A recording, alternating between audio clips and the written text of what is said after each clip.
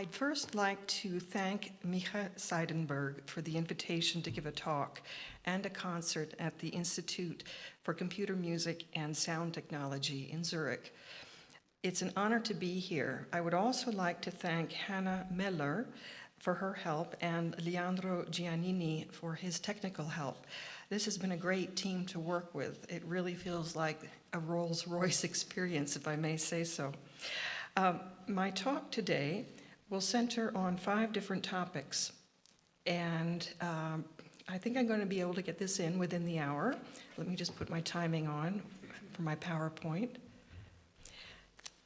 And I'm going to talk about acousmatic music, which is the type of music that I compose, an introduction to it. And I'll also share how and why I came to this type of composition. I'll also discuss my research in listening behaviors for acousmatic music, which also my listening behaviors, well, I don't want to say mine, but they're ones that it's a hypothesis that I came up with about how people listen to acousmatic music, and that also, those behaviors inform the way that I compose. And I'd also like to insert a little word here to say that from my point of view, the importance of the acousmatic approach lies in the fact that it catalyzes the imagination. It allows the listener to really imagine, as well as the composer. Why? Well, one reason for this is that there's nothing to see. It is an approach where there's no performer on stage, and the only thing that one looks at are loudspeakers. And you could say, oh goodness, that's horrible. Well, in the concert later today, this evening, you can see the setup for the loudspeakers already. And you're not supposed to look at them. The idea is that you shut your eyes while you listen, and that is what engages your imagination. And in shutting your eyes, it also, I think, engenders musical observation of the outside world, inner reflection, and it also invites us to reconnect with our deeper selves in a unique way. Now that might sound like the fountain of life, but it does a lot, I really think. Acousmatic music, that is. The next thing I'll talk about is space from the perspective of hearing, of physics, and in art. And also from a personal perspective. Yes, you could say, gee, that's quite a loaded phrase, Elizabeth, and yeah, it is. Space is a big deal for me. Then I'm going to talk about compositional strategies briefly for 3 of my pieces. And so there we have it. There is our hour. So the first thing that I'll start with is an introduction to acousmatic music. What is it? Well, students at the Institute of Computer Music and Sound Technology will, I'm sure, know it, but perhaps if we have members from the public might not know what it is. It's a type of electroacoustic music composed on a medium such as a hard disk. There is no score and there's no musician who performs it in front of an audience.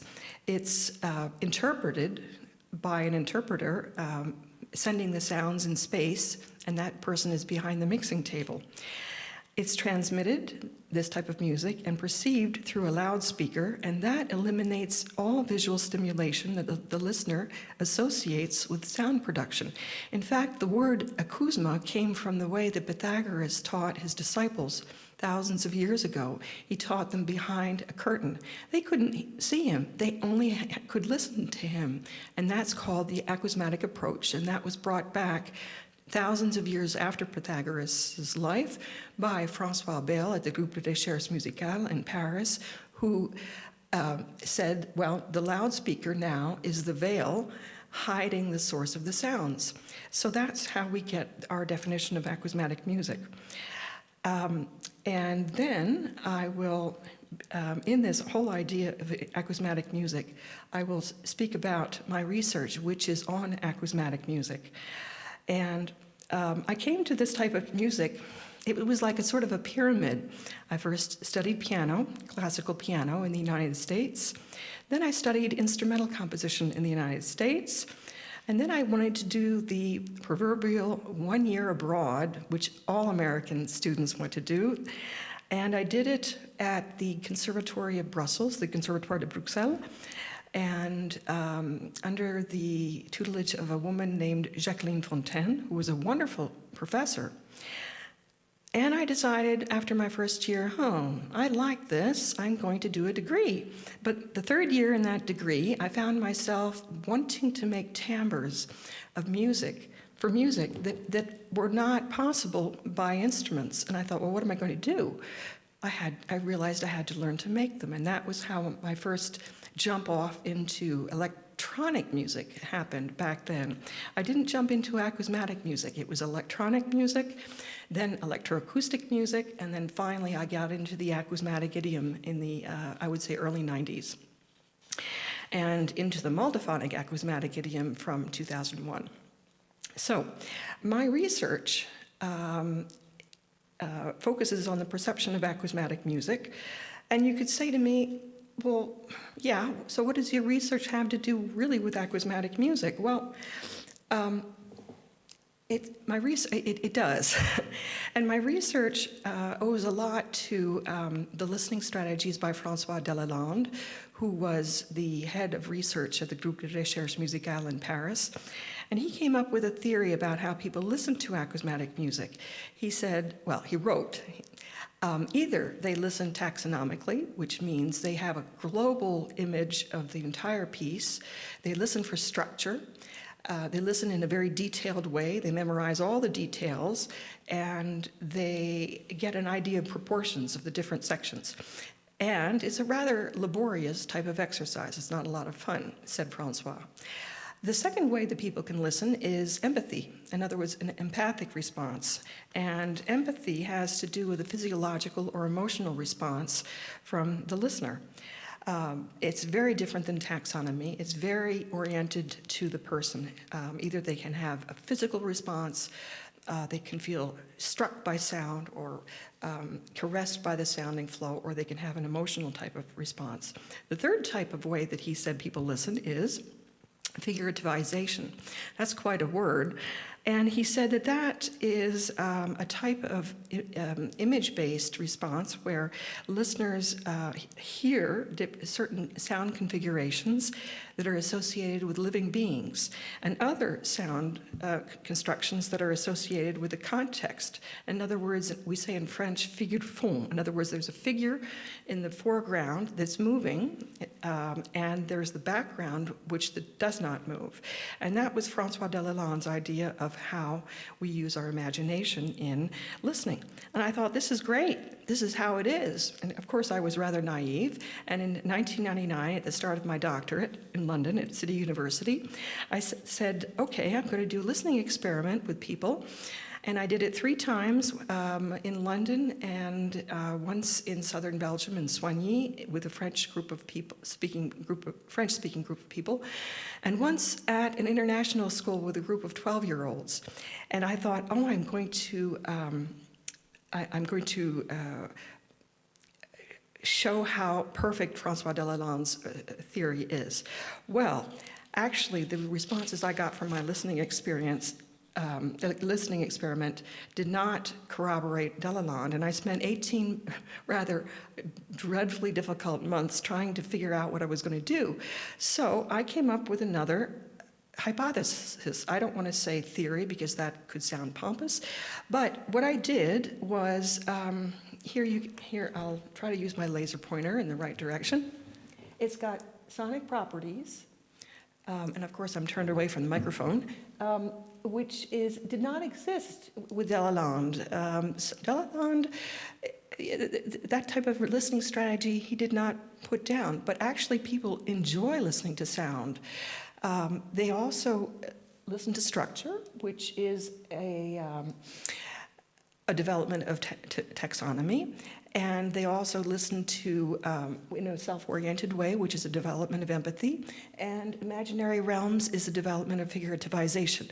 Now, before I go to the next slide, I'd just like you to see that these are like globes with different colors in them, but each globe, each circle has a little bit, has it like a diamond shape of the other ones in it, which means you can hybridize listening. You can have a dominant listening style and then a subdominant listening style. And Delalande said, well, you can't, but a lot of the listeners that I worked with could. I found this fascinating. So I thought, well, what brings a type of strategy up to the surface? Well, that's a whole big question. And the listening to acousmatic music, the process is like a cauldron. You never know what's going to bubble up to the surface. So I found listening to acousmatic music is much more subtle than I thought originally. And people can go between these different types of listening strategies if they want to. They don't have to plunk themselves down in one place. Of course, they don't do this consciously, but they can slide around. Now, it doesn't mean they move all over the place, but they can slide around. So now I'll go to the next one. So I just talked about the sonic properties, structural attributes, self-orientation, and imaginary realms. And I'll just make little precisions about these. In sonic properties, listeners can listen to source-based sounds, in other words, ones that are very recognizable. They can listen to different levels of abstraction. In other words, if a sound is somewhat transformed or extremely transformed.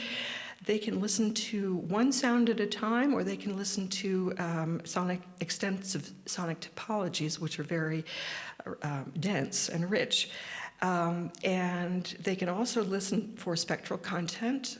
Is the sound harmonic? Does it have harmonic spectra? Is it inharmonic, or is it noise-based? As well as a microstructure or grain, which is another factor in the type of sound. Is it smooth? Is it rugged? Is it granulated? Is it like satin? Could we touch it? What kind of feeling would we have if we touched it? Structural attributes is a development of the taxonomy by François Delalande, but in my experience with structure, people can pick and choose what they want to center on. They don't laboriously try to memorize the whole piece.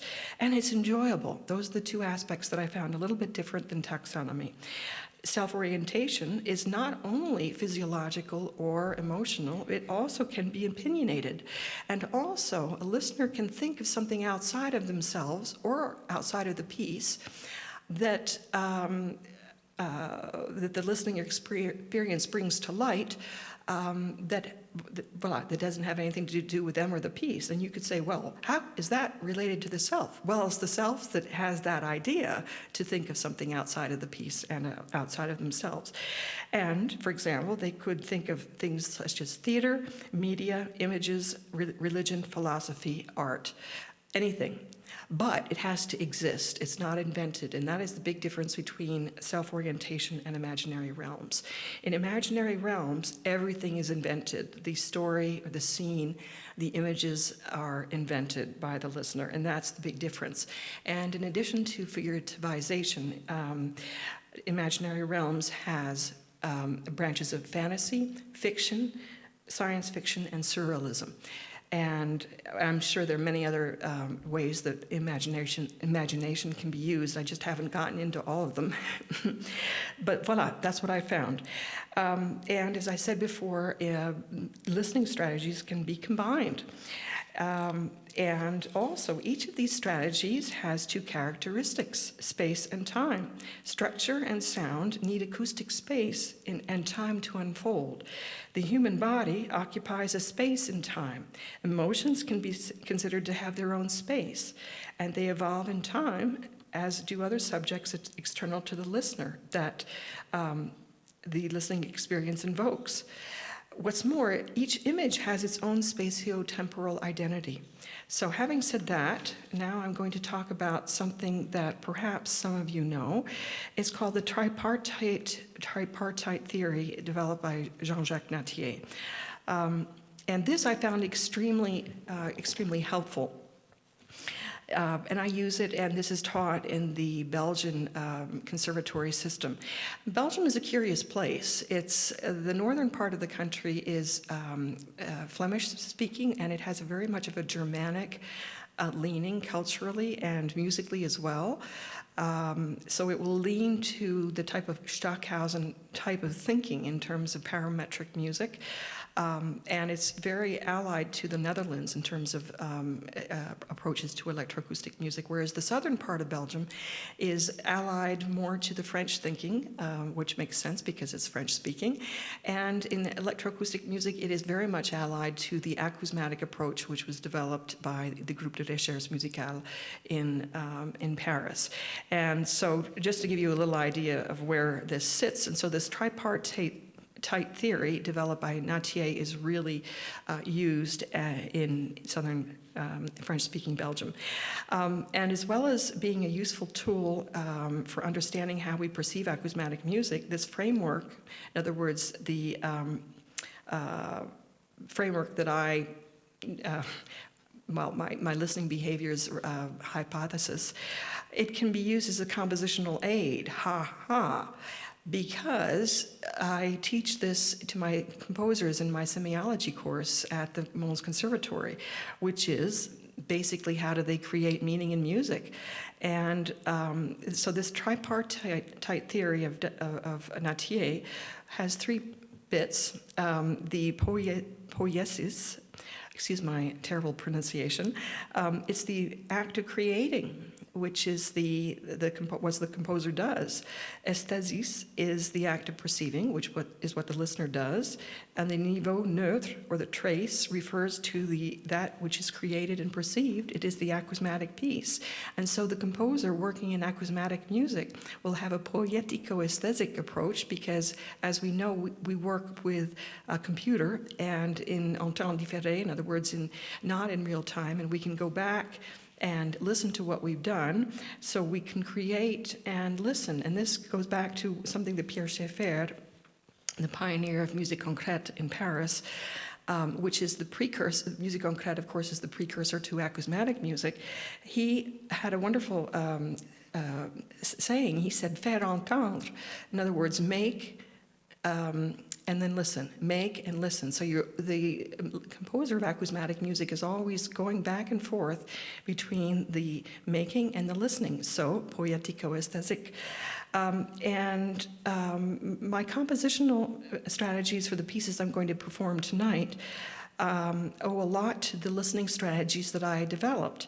I found that doing all this hard work for my doctoral thesis, which I have to admit at the time I did not appreciate, but it made me think, and it forced me to write. And then through thinking and writing, I was able to get control of what I was doing compositionally. And so my reception behaviors hypothesis helped me a lot and helped in a creative basis for my own work. For example, the act of composing for me is often inspired by my imagination, or sometimes it's inspired by literature, science, language, or a certain interest in the sound world, or an interest in developing a structure, and sometimes in expressing my emotions, or sometimes simply in an interest in experimenting. So we can now see that listening to acousmatic music can bring about very different reactions from the listener. We can also see that the inspiration for composing an acousmatic piece can come from equally different sources. How does this happen? I propose, that in acousmatic music, the liberation from the visual stimulates the imagination of both the composer and the listener. I propose also that the liberation of the visual, in other words, shutting one's eyes, brings the composer and the listener back to themselves. And this is what I said a little earlier. But how does this happen? So, the acousmatic aesthetic. The entire audible world is available to composers specializing in acousmatic music. Anything that you can hear out there that is audible can be recorded and used as a sound source. This means sounds from the studio that you make in very controlled circumstances, studio-based sounds, recordings of the city, recordings of nature, recordings of human utterance, the voice in any capacity. And you can also use electronic sounds, which are wonderful in an acousmatic context because they add a lot of different types of variety. The acoustic of electronic sounds is completely different. So, in any case, this gives me the opportunity to explain how these composers create their sound material. In the early days of acousmatic composition, there was no philosophy or practice for inventing sound material specifically for composition. And in other words, you could think, well, you can't record an orchestra playing on stage a Brahms symphony, so what are you going to do? Do you just sit around and bang on pots and pans? Well, of course not, and this was a real problem in the beginning. So that's why Annette van der Goorn, who is Belgian and is the former professor of acousmatic composition at the Royal Conservatory, and Guy Rebel, who taught for the Groupe de Recherches Musicales, and he's a French composer, they came up with the idea of a séquence-jeu. Well, what's that? It's a play sequence. It's produced by playing with a sounding body, in other words, something physical, such as a Tibetan bowl with a wooden mallet, a ping pong ball, polystyrene. Anything that you can get your hands on and that makes sound can be used as a sounding body. And the séquence-jeu, in the séquence-jeu, the composer creates a sequence of sound objects or a texture. It's an environment that is based on a guided improvisation, and it invites oral invention. But you don't just grab something and play around with it. You use energy models that you apply to the sounding body. These energy models are based on natural models such as friction, rebound, rotation, and fluidity. Through the energy model, the composer can develop a voluntary awareness of the internal stimulus that motivates and governs the flow of energy deployed through the physical movement that translates into gesture. Well, that probably sounds like a huge sentence, but basically you use the energy model with your hands and you apply it to the sounding body. And the gesture that you use is animated by and at the service of the energy model. And believe me, you can tell the state of being and the state of mind that you're in when you make these séquences-jeu, these play sequences. If you've had a great day and you're very energized and full of vitality, the séquence-jeu or the play sequence will probably be quite good. Whereas if you're exhausted and you're tired or you're dejected or something happened that didn't go well that day, my bet is that the séquence-jeu or the play sequence won't come out very well because your human state of being will translate directly into the type of gestures that you create. And that is what's so fascinating. It is very much anchored to the human body. In any case, these play sequences are then recorded, edited, and transformed, and this is how composers working in the acousmatic medium create much of the sound material for their works. Note that I say much, certainly not all, but it is one way that we really work with this, and we receive training up to 3 years. Well, no, not 3 years of play sequences, but the first year was devoted to learning how to work with energy models. And believe me, after having done my bachelor's and master's degree, and then in the United States, and then coming and studying instrumental composition, I thought my life is reduced to learning how to make play sequences. It was a terrible shock, but I had to relearn how to use my hands, my body, and I had to relearn how to listen through the acousmatic approach. Didn't mean throwing everything else away, it just meant opening another part of my mind up to another approach. So, however, balancing the pleasures of sonic exploration and discovery and combining them to create a very compelling musical form, it's a very delicate balancing act of which the composer must be constantly aware. In other words, exploration is great, and creating a compelling musical form might be more goal-oriented. Too much of one or the other is going to ruin the piece, and so the composer needs to know how to drift back and forth between those two poles, and that was a lot of my training as well. I proposed that the combination of this immense and sophisticated sound palette, in other words, all these different sounds you can hear and use, and the factor of invisibility enables the composers of acousmatic music to imagine and invent all forms as small as the gesture. Now we're going to go to another funny thing, gesture, invented gestures. Okay, are you thinking about making a sound with this type of gesture? Well, maybe yes, maybe no. But they're just ideas of invented gestures that you can see there. Now this is quite funny. This is an image of a spatiotemporal form, but if you look at it closely, the caption at the bottom, it's an analysis of the production of petrol and gas by dynamic graphics. Well, I didn't care about what the analysis was. I just found the image to be absolutely fascinating. And something as simple as this, or as complex or unusual, can inspire the compositional process for the composer, and I say specializing in acousmatic music, but I'm certain that this could also be used in other different musical applications.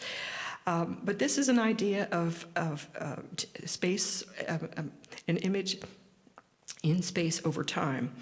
And composers can also imagine new musical spaces and spatial evolution, thanks in particular to multiphonic spatialization tools, which are available now and which allow us to move up and down in space as well as forward and backward.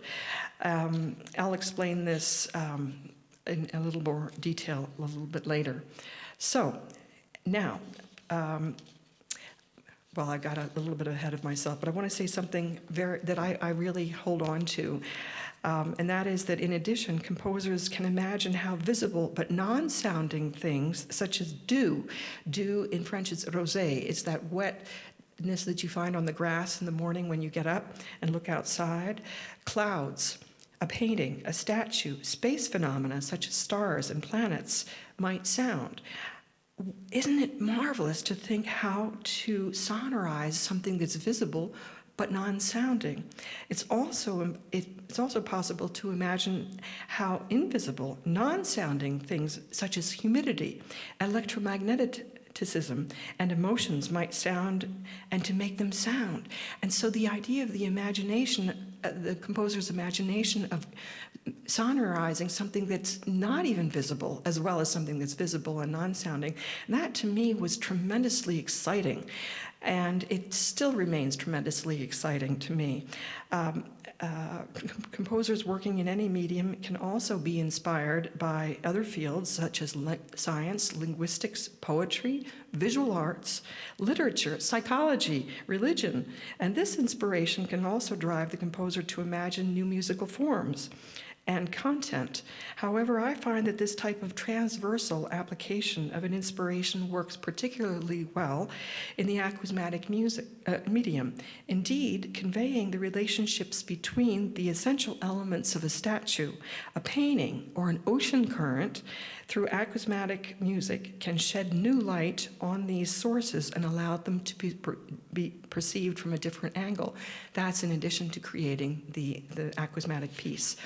So now I have gotten ahead of myself, but now I'll catch up. Acousmatic listening brings us back to ourselves.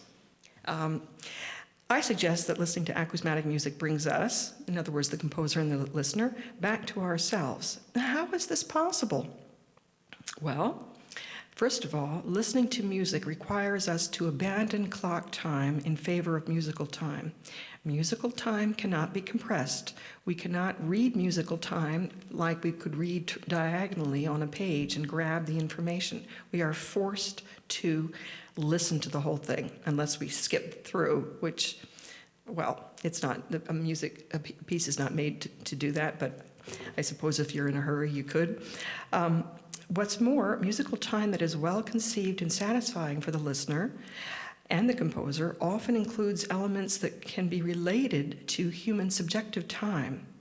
Whether this subjective time is turned inwards to the body and the mind of the listener and is expressed by human gesture or emotion, or whether the subjective time is the human perception of phenomena outside of ourselves. What's more, the invisibility of acousmatic music invites us to observe the musical form unfolding around us with only our ears. Without visual stimuli, we are alone with ourselves. We dream, we imagine, we feel, and as a result, we acquire empathy for ourselves and for our fellow human beings, something that curiously most modern technologies, however convenient and instantaneous, do not encourage us to do. Listening to acousmatic music brings us back to ourselves and to our humanity and reanimates an important part of our heritage, hearing, in particular hearing that takes place over time. For example, our sound environments are more varied and subtler than they appear, but they reveal their secrets only over time because it takes time to listen. The perception of sound and the spaces it inhabits take time and cannot be compressed, unlike the perception by many other senses, especially vision. That is why, in this century, I think we are simply not in the habit of listening carefully to our sound environments. For example, many forests are home to birds that sing at night, and other birds that sing during the day. We should be able to tell when we're in the forest simply by listening to the bird song we hear, and ideally we should also be able to tell which forest we're in as well, only by hearing it. This is what our ancestors were able to do. They were able to tell exactly where they were by the acoustic niches in which they were, and they raised their children to hear and guide them through the apprentissage of thousands of acoustic niches, and then they would only at that point become an adult. And this was self-preservation for the individuals in a tribe in thousands of years ago, as well as the tribe itself. So listening was a very important part of our survival, and we've sort of kicked it down the road, I think. So I'm trying to bring it back. So now I'll go to the second topic of the evening, and I won't spend as much time on this. Space. From the perspective of physics and human hearing. Space is a big deal for me, and I use it in all my acousmatic pieces that are multiphonic. I conceive space first, and then I choose the sound material to work with the space. But first of all, multiphonic acousmatic composition. I'm sure most of you know what that is, but for those who don't, it is acousmatic composition for more than 2 sound channels in which space is integrated as a sounding parameter, compositional parameter. The most common formats are 5.1, 7.1 surround sound formats that you hear in cinemas, 8-channel, in other words, octaphony, and you can also nowadays listen to works in concert that are use 16, 32, 24, 32, or even 64 channels, or even more. But before I get into that, I'd like to share with you some thoughts on space from the point of physics and human hearing, as well as my own personal and artistic view of space. I really thought a lot about space during my doctorate. What is space? Silent, invisible, intangible, and yet omnipresent in every construction. These are some of the salient characteristics inherent in space, which on the scale of the physical universe is the limitless expanse in which everything is situated. That is from Princeton University, that definition. Energy and matter are integrated and identify with space insofar as it is difficult to understand or define these 2 terms without including the notion of space. In other words, if you have the idea of energy propagating in space, it's hard to think of the energy without the space. But then the same thing as matter. Matter exists in space. It's hard to think about matter without including the idea of space. So we can therefore say that energy and matter claim space as part of their identity, making space more tangible and alive. If this is so, we can assume that a structure becomes tangible when energy and matter are perceived. The human being perceives energy and matter, and consequently, through the senses, their formal organization in space. However, As the physiology of human listening is best suited to the morphology of space and spatial perception, I suggest that it is through listening that human beings develop the finest perceptions of space. This may help to explain why research on near space has often been carried out using sound.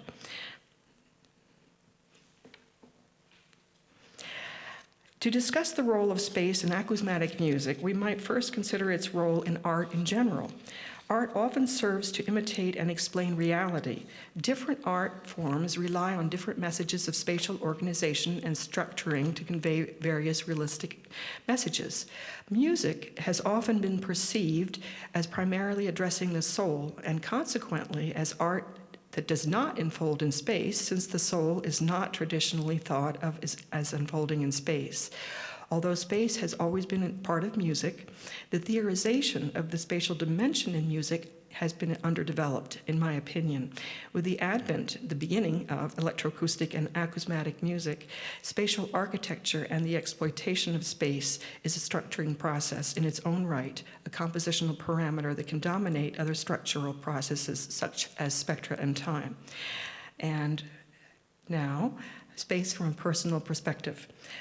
My personal sensitivity to the omnipresence of space is grounded in my interest in various dialectics that have developed in my work. I love the idea of dialectics. It's a creative tension between two poles, and I use the idea of dialectics all the time in my music. For example, one dialectic that I used is the relationship between the physical universe and the human being, where the physical universe can be perceived as a macrocosm by the human being, or the, wait a minute, I got this backwards. So the relationship between the physical universe and the human being, where the latter can be perceived as a microcosm of the former, or the former as a macrocosm of the latter.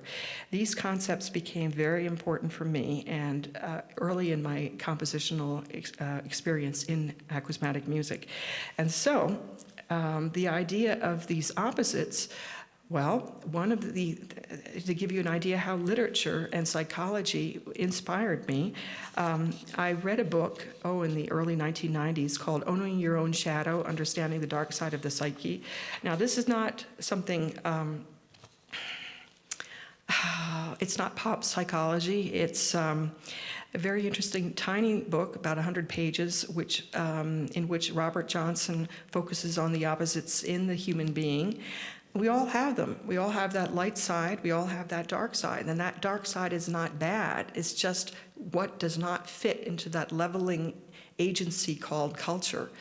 And it's a book that explains how it's important to use and to work with both sides of ourselves. Anyway, the paradox of opposites in this book was fascinating for me, and the dialectical tension the book inspired in me helped me to compose 3 different pieces in my Janus trilogy between 1997 and 2001. But when I was composing the last piece of this trilogy called Neon, I became aware of a double spatial dialectic. And that is, space provides for a frame for, and therefore gives rise to instantly and eternally malleable forms. So the forms in space can be instantly and yet eternally supple. And space is additionally simultaneously present in intimacy, in other words, it's up close, and it's boundless. And so there's that double spatial dialectic. And I thought, oh, wow, that's amazing. And then I read a little later on that the French philosopher Gaston Bachelard had already expressed a similar vision of the second dialectic from a human perspective, which he defined as intimate immensity. So, if the concept of immensity resides within the human imagination, we can understand how space can be imagined from this human scale to the scale of infinity. A re-examination of the principles of sounding gesture and acousmatic music corroborates this point of view with regards to the capacities of the human imagination. Gestures are not limited to articulating what is sounding and non-sounding. These possibilities are managed by the imagination. You can imagine a gesture. You do not have to work with what you know.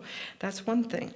But secondly, if we consider space before sounding gesture, the possibilities for spatial design are not necessarily subject to the spatial impression resulting from the articulation of sounding gestures, since space is considered as a goal.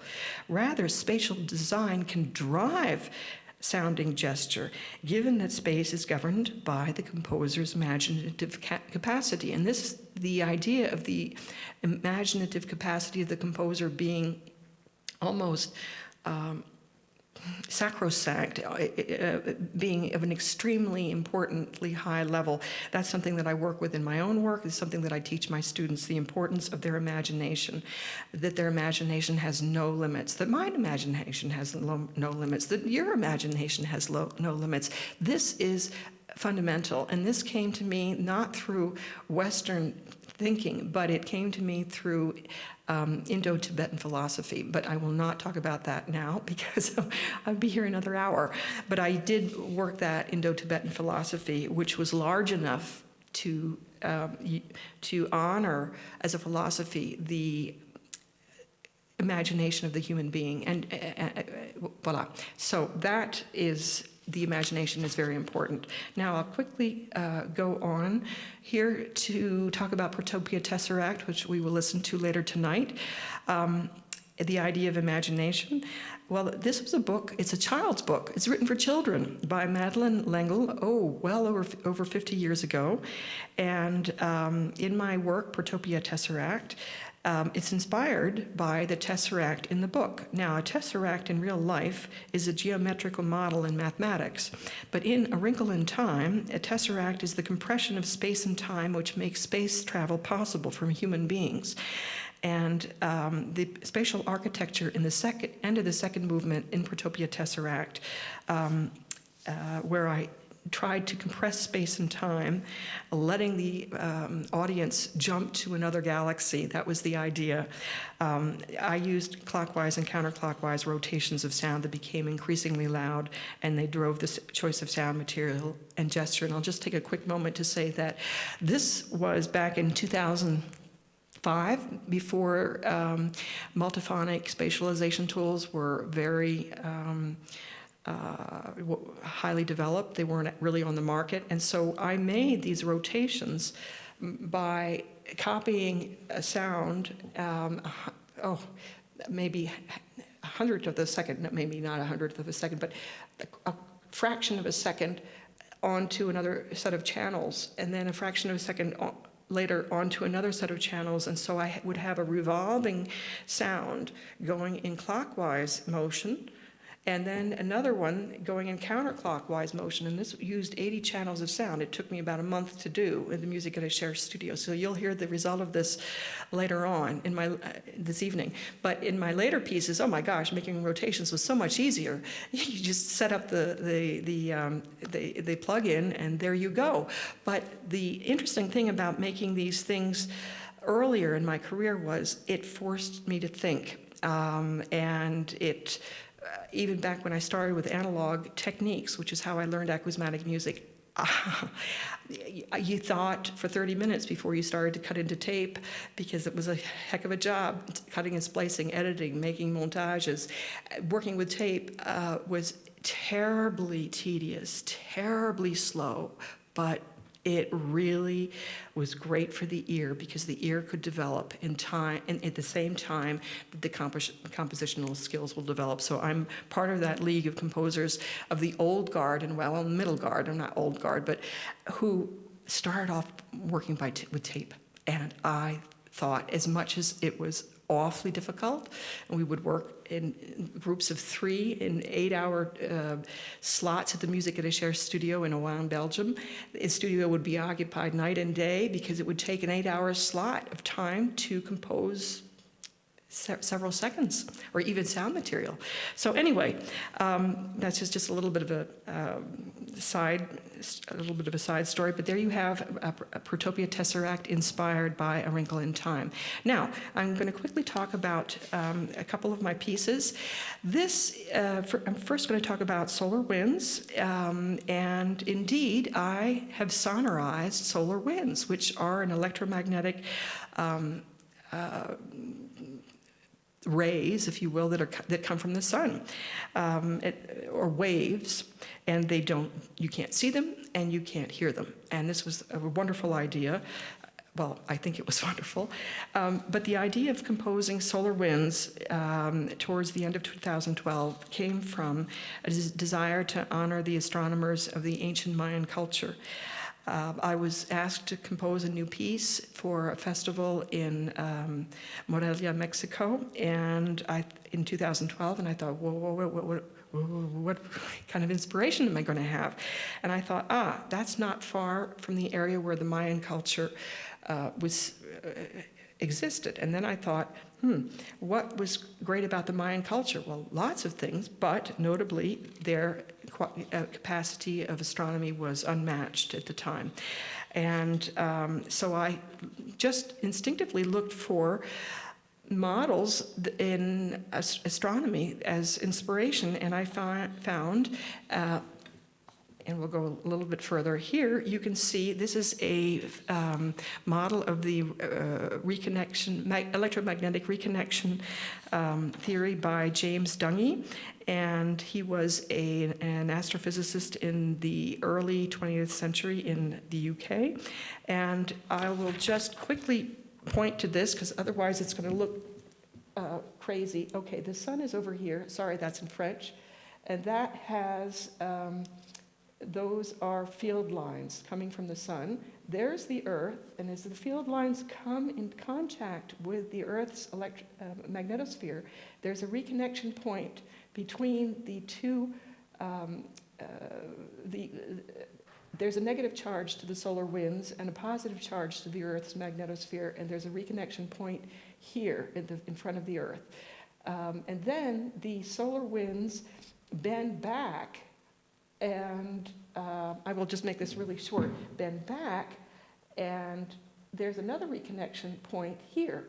So, and what the solar winds do is they push the Earth's magnetosphere and deform it, and so you get the magnetotail. And this thing goes on behind the Earth and the night side of Earth for thousands of kilometers. Thousands and thousands of kilometers. And so this is all going on 24 hours a day, 7 days a week. Wow. It's silent, it's invisible, but what a source of inspiration. So I thought, oh, this is great. So then reality hit me, and I thought, oh my God, how do I work with this with acousmatic music? And so I'll just make this really fast. I took a little bit of time to put this onto an 8-channel octaphonic setting, because I thought I had to work with a slice of 8-channel sound. And I didn't know how I was going to do that, so I did it. And well, I'll just go through this very quickly. The red lines that you see are the solar winds coming up to, and sorry, this is flat here, but I had to put it vertically because our projector and our screen are this way. But the sun is up the top, and then the solar winds stream to Earth, and the red lines show the connection and reconnection as it shows up in different phases. So I'll just go, you can see the red lines change, and the solar winds bend the Earth's magnetosphere and stretch it out, and you can see it stretch it out. Now there is another reconnection behind Earth, and then the energy from that second reconnection sweeps back to Earth and closer to Earth, and then goes on to the day side of the Earth, and then comes back from the Earth to the first reconnection point. You could say, well, yeah, right, so what? But what was interesting about this model for me is that the limited space and you could say limited space is huge. Yes, but it's limited. It's not just eternity in terms of space. It's not boundless. The limited space helped me psychologically to conceive and work from a compositional point of view. Had the space been infinite, I would have had a terribly difficult time. That's one thing. The magnitude of the trajectories and the types of energies in the model exceed the usual perceptual norms of the human being. We don't usually think in that kind of scale. And because it exceeds our scale of knowledge, it's open to these trajectories are open to imagination and to artistic interpretation. Another thing that I found interesting about this theory that really helped me, the Dungy model, is it proposes two types of opposites. The first is energetic in nature and refers to just go to the next slide so you're not looking at that. The opposite electrical charges in the terrestrial and interplanetary magnetic fields and their double encounter. Another thing that I found interesting was the invisibility and the non-sounding aspect of the phenomena described by Dungy belong to all that we do not know about the universe. That was fabulous for me in terms of inspiration. Another thing was that despite the enormous proportions of space described by Dungy, it's centered on Earth and by extension to the human being.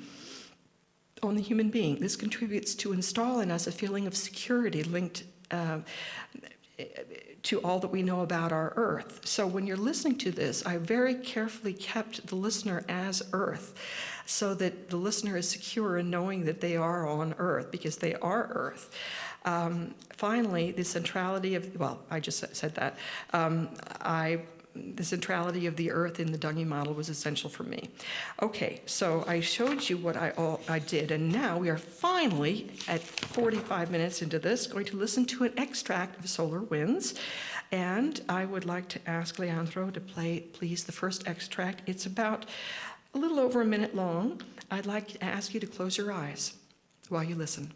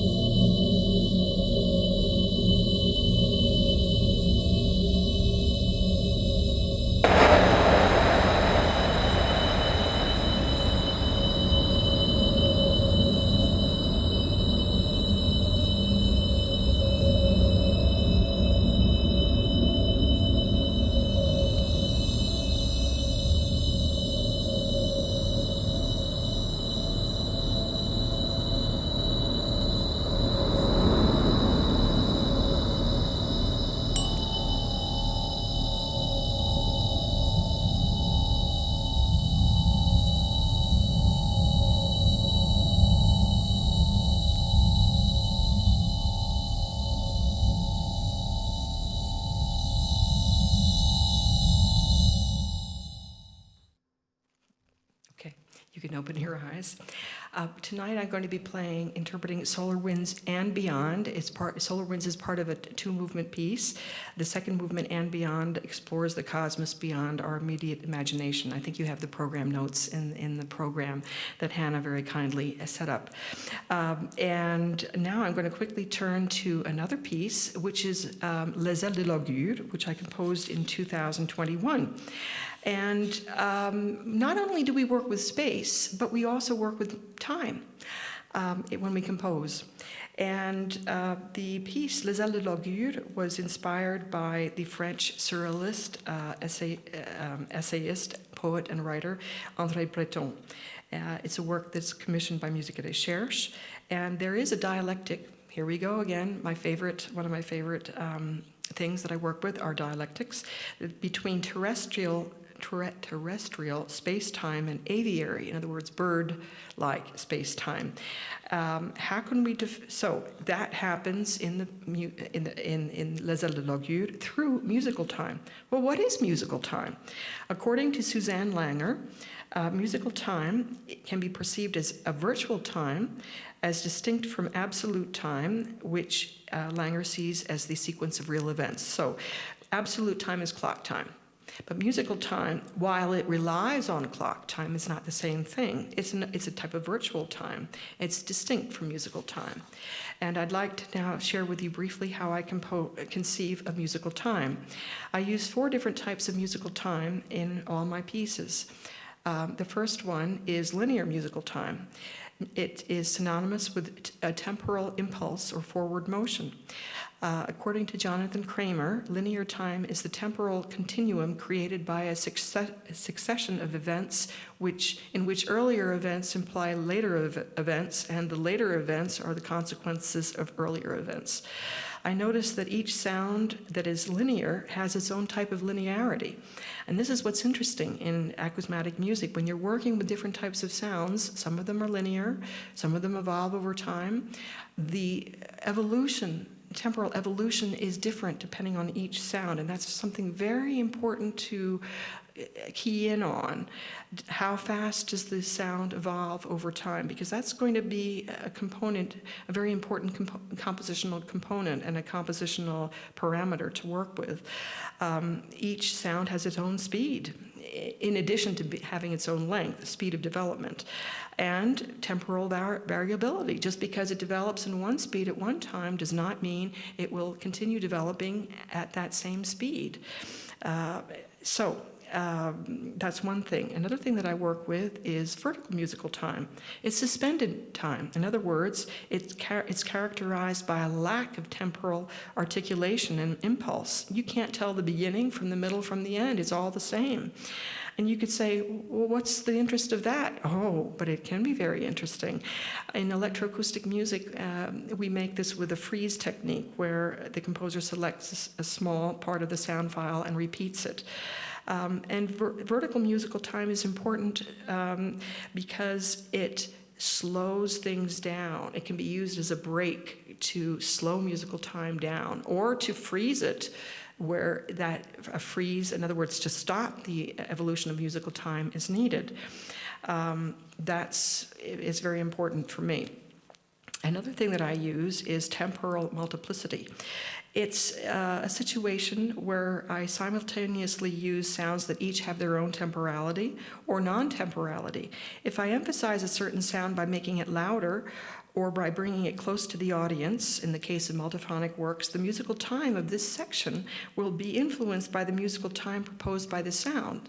Now, if you have 128 different sounds that you're working with at the same time, excuse the pun of time, at the same moment, what you put out in the highlight, or what you withdraw and put out in highlight in terms of sound material, will complexify. It will work on the musical time, the way the time develops in the piece, and it will also make your musical time very complex. And that I find a lot of fun, to have a complex musical time. But complex musical time also needs something else called silence and stasis points. Oh, what's that? Well, silence and stasis points, there can be a silence in a work. In 2 of the pieces that I'm playing tonight, Protopia Tesseract and Solar Winds and Beyond, they're diptychs. They each have about 7 seconds of silence between the 2 movements, and that is really deliberate. And for me, silence is as important as sound. A silence carries the imprint of musical time before it. A silence allows us to breathe and rest mentally, emotionally, and physically during the listening experience. But there are different types of silence.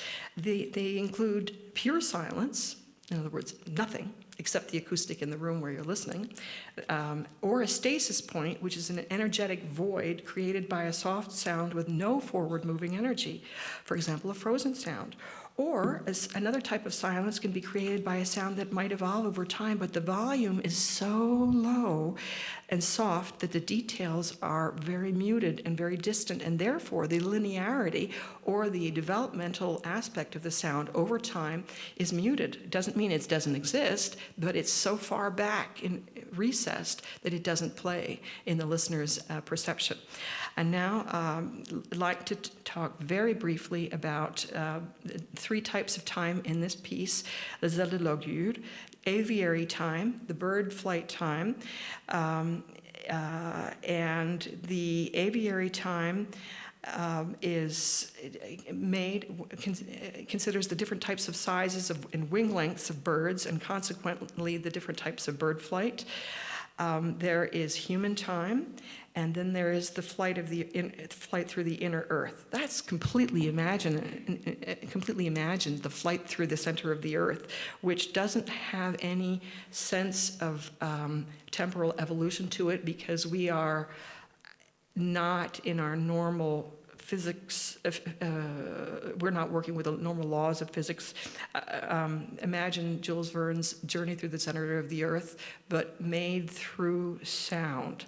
And all idea of time, musical time, human clock time, subjective time, just disappears. So there are those three types of time in the piece, and they are also in the section, the excerpt that Leandro will very kindly play right now. Just try to listen to those three different types of time: aviary, human, and the flight through the center of the earth, which occurs at the end of the extract.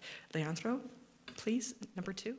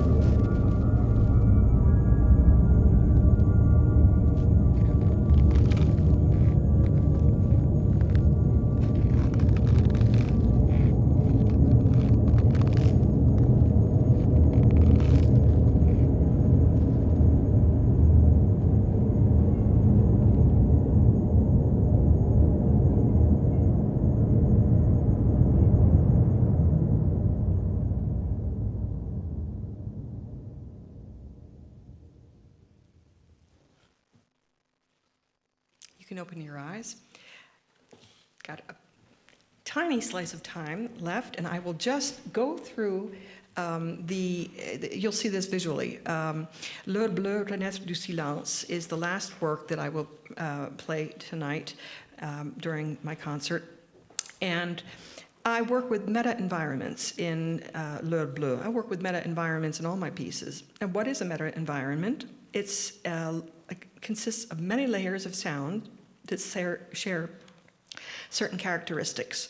Meta-environments function as hyperrealities, and they serve as a fulcrum, like a pivot point between reality and abstraction. It's a wonderful way compositionally to move between reality and abstraction. And I'll show you just visually. I shouldn't be doing this because it's not acousmatic, but if I were to play the sound examples, it would take too long. So I'll show you visually how I make a meta-environment. And I use, this meta-environment consists of at least 20 different layers, octophonic layers, and then on top of that, I've got stereo layers of stereo sounds which work together as a whole family of 8 stereo pairs, and on top of that I have mono channels, which are a lot of fun because what I do is when I make an octophonic recording, I pull it down into a set of 8 mono channels, and then I've got control over all separate channels, and I can do what I want in terms of volume. I don't have to take what the software has given me in terms of product. So here we go. You can just see this very quickly. I'll just scroll through these. These are all involved in this section of music that I'm going to play for you. L'heure bleue, le naître du silence. The composition of the piece, you'll read it in the program notes. It's guided, it's basically the awakening of the person in the day. The body awakens, the environment around the person awakens, the city awakens, nature awakens, the man or human being awakens psychologically, and then finally spiritually. I put it in that particular order. So in the awakening of nature, all these different elements are in there, creating this meta-environment. And for example, I will use a symmetrical turn, but not the whole rotation. Why? Because making a whole rotation would close the space. And since I have rotations going on, I don't want to add too many of them. So there were oddball things like this tiny little symmetrical movement. Here's a sound with big pearls in the middle of the octophonic space. There's another symmetrical movement in a different area of the octophonic space. Here's a sound where the outside of it in the octophonic space moves faster than the inside. Here's a simple rotation. There are strands of sound here. And now we get to something called weighting. Not W-A-I-T, but W-E-I-G-H-T, which means the poids, the weight of a certain sound on a certain space. And it's so important. I think most of my time when I compose is I'm dealing with weighting. What is the balance? What is the push of a certain sound in space? And it's hugely hard to calculate. It's painstaking.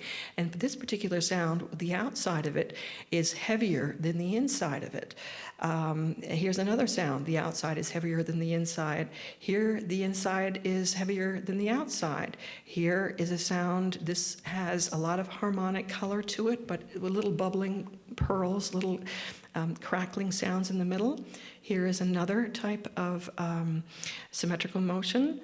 And here I have a percussion resonance, an attack and a resonance on 4 channels. And you could say, why 4 channels? Why not just 2? Well, 4 channels makes it octophonic, but it does not pin down the space. So other sounds can carry the momentum on channels 3 and 4 and 7 and 8. Here is just a front to back movement, but it's weighted more heavily on the right side than the left side. Here is a sound that has 4 different layers in it. Another one with 4 different layers in it, but the inside, the weight is heavier on the front and back than in the middle. The same thing here, but the whole sound it's percolating with crackling sounds. Here is a series of, I didn't do this all at the same time, front to back, right to left, and diagonally, and then I superposed them. And here is a sound that is heavier, weighted on the 4 compass points than in the middle. And now we are going to listen to an extract of L'heure bleue. Leandro, could you please play number 3?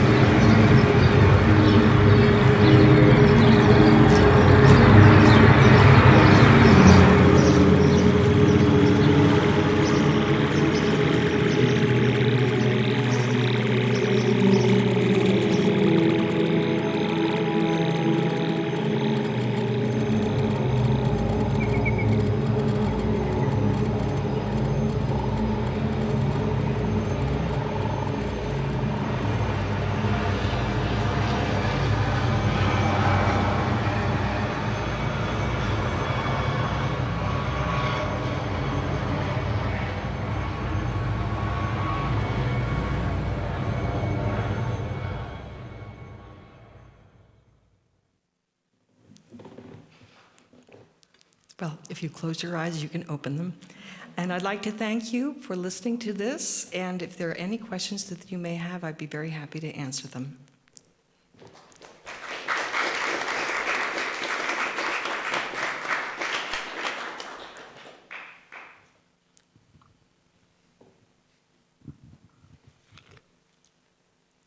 Any questions?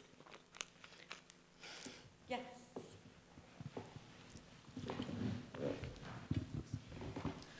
Hello, thanks for the talk. It was Sure. very interesting. At the very beginning, you were talking about, I forgot his name, about the 3 listening methods: empathic listening, aesthetic listening. What was the name of the... Jean-Jacques Nactier or François Delalande? Delalande, maybe? Yeah, my question is, how did your own perception of listening change after you made the experiments with the children and students? Okay, thank you. I had findings. I had the Delalande's listeners listened and were interviewed by an interviewer, and I didn't have the chance to interview everybody, so they responded by drawing or writing on a blank papers. They did not know the names of the pieces that I was playing, and the results were so vast, so huge, that I could not put them into Delalande's thinking. So I developed them into what I showed you, but I don't think that's the entire answer to your question. Can you ask that again, please? Yeah, the question is if the results from your research reflected more your own hearing, or if the results from Delalande reflected more your hearing, or if your ways of hearing changed after you received the results from your research. It's my way of hearing started with Delalande, and when I did my own research, it changed to my reception behaviors. And that influenced, that whole parcours, that whole trajectory influenced my composing as well. Did I answer your question better? Yes, thank you. Okay, sure.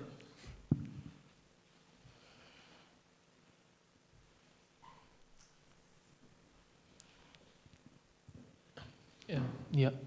Thank you so much for this lecture and the insights in your artwork. I got at the very beginning, my attention was drawn to you said something about that acousmatic music has no notation, and after that lecture, I was wondering specifically at the end when you were showing us these quite complex layers and representations actually of movement and sound weighting, which I find a very interesting concept, not only in space but generally also timbrally speaking. So I was wondering if notation at the end has really no place in your practice. Yeah, this is something I'm generally intrigued by, and also I have the feeling that also in acousmatic music or electronic music, people have notations, but they're not always so much aware about them. So I think you're right. I think that notation does play a part, play a role. Here, what I've done with these images is to transcribe what happens in terms of hearing visually for the help of presentations.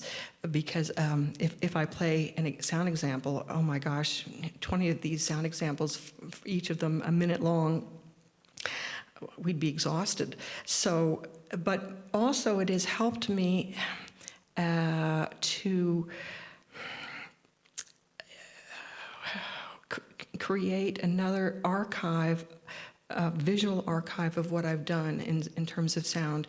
And when I say a visual archive, I combine, in terms of a visual archive, images but also text, because I find that a movement, an art movement, does, whether it's art or music or literature, have to be supported by texts and publications that explain it in order for it to continue. Because, and so this is, in a way, a support to what I'm doing. It helps to explain it. And is the visual part a part of my thinking when I compose? Well, in a way, I have to be completely honest, a little bit when I was thinking, how much of that Dungy theory do I use? The Dungy theory is visual in a schema, and that's how I was able to, using that visual schema, I was able to understand it, and with the model of the Earth and the Sun, and how the electromagnetic points connect, and the magnetosphere of the Earth being pulled out. That's all visual, but it's invisible and it's non-sounding, but it helped very much to have that visualization. Then I could decide, aha, how much of that do I use and how much do I abstract from it? So the visual is in there somewhere, although I work with sound. But voila, so the visual is in there sometimes for inspiration points. Yes, if I'm reading a book, like The Wrinkle in Time, I read it, it's visual. The schemas I make help to explain what I'm doing. And so yes, I think these are support systems, both for inspiration and for codifying what I'm doing, whether the codification comes from the images that I make or the text. Does that make any sense? So I think you're right, yeah. Thanks for this Sure. contextualization.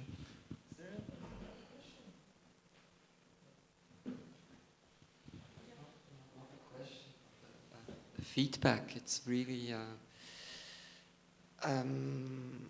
uplifting music, because I think there is a lot of precision which is very intriguing to listen to. And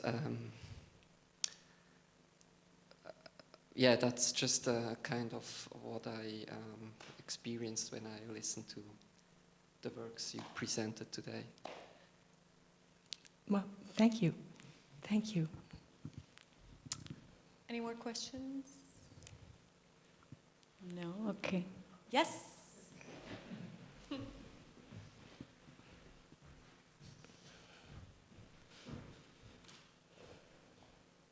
Thank you. Dear Elizabeth, is the fixed position of listener important for you? I'm so sorry, I can't understand you. Is the fixed position of like a seat, a set of seats, of the fixed position of listener important to you and to perceive your music pieces? Okay, I hope I've understood. I'm going to repeat your question, see if I got it. Is the placement of where the listener sits important? Yeah, No. and yes, exactly. And how the listener sits, like, is it positioned like this, or can it move and can it sit in opposite way? You know? Well, no, it's kind of fixed. The sweet spot in the middle is the best place to sit, because that's where I sit when I'm composing, and I keep my loudspeakers at a very fixed distance between my body and the speakers. And so the works are geared to sitting frontally, in other words, like this, and you can be relaxed. One doesn't have to sit militarily like this. And actually, my music has been performed in France, where people sit in these transat chairs that are really low to the ground. That's very popular there. And so they'll almost be lying down. And they've actually been music is presented in places where people are lying on mattresses. Fine, it works. It's another experience, but, and that's fine. It's much more relaxed. I mean, if my music was presented at the Opera House, okay, I mean, folks are going to be like this. And if they're lying down smoking joints, it's going to be different. But one thing that probably won't work is to be turned around, because the conception of the piece is supposed to be frontal. But then if you're lying down, turned around, I've never actually done that, so I don't know. I would say there's some flexibility, a little bit of flexibility. You don't have to be sitting ramrod straight. Yeah, if you want to kind of slouch down like that, that's fine. Thank you. Mm-hmm. Another question? One more. I think we can take one more. No? Okay. Okay. Thank you very much. Thank you very much for being here. Sure. And I hope to see you all at 8:30 for the concert. Okay. Thank you.